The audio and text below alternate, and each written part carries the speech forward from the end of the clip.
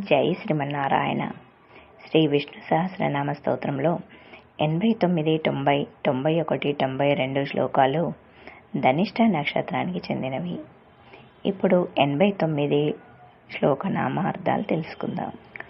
సహస్రార్చి, అనంతమైన కిరణాలతో ప్రకాశించేవాడు. సప్త జిహ్వ, అగ్ని రూపంలో 7 నాలుకలతో విరజిల్లుతాడు. సపైద, సప్త జ్వాలలు గల అగ్నిహోత్రుడి స్వరూపం. సప్తవాహన, 7 వాహనాలు కలవాడు.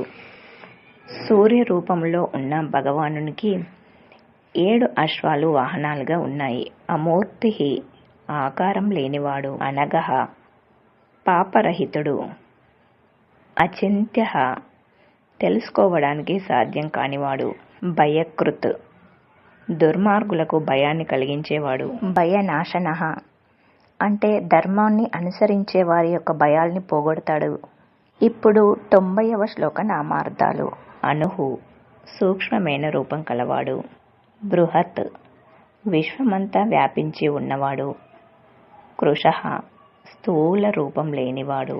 స్థూలః, పెద్ద ఆకారం కలవాడు. గుణభృత్, గుణాలను భరించేవాడు. అంటే సృష్టి, స్థితి, లయ దిశలలో సత్వం, రజస్సు, తమస్సు అనే 3 గుణాలను ఆశ్రయించి ఉండేవాడు. నిర్గుణః, గుణరహితుడు. భగవంతుల్లో ఏ గుణ వికారాలు లేకుండా ఉంటాడు. మహాన్, మహాపురుషుడు. అధృతః, ఏ ఆధారం లేనివాడు. సధృతః, తనకు తానే ఆధారమై ఉండేవాడు. ప్రాంగ్వంశః, సర్వ వంశాలకు మూల పురుషుడు భగవంతుడు. స్వాస్యః, సుందరమైన ముఖం కలవాడు. వంశవర్ధనః, వంశాన్ని వృద్ధి చేసేవాడు. జై శ్రీమన్నారాయణ. తరువాత భాగానికి వేచి ఉండండి.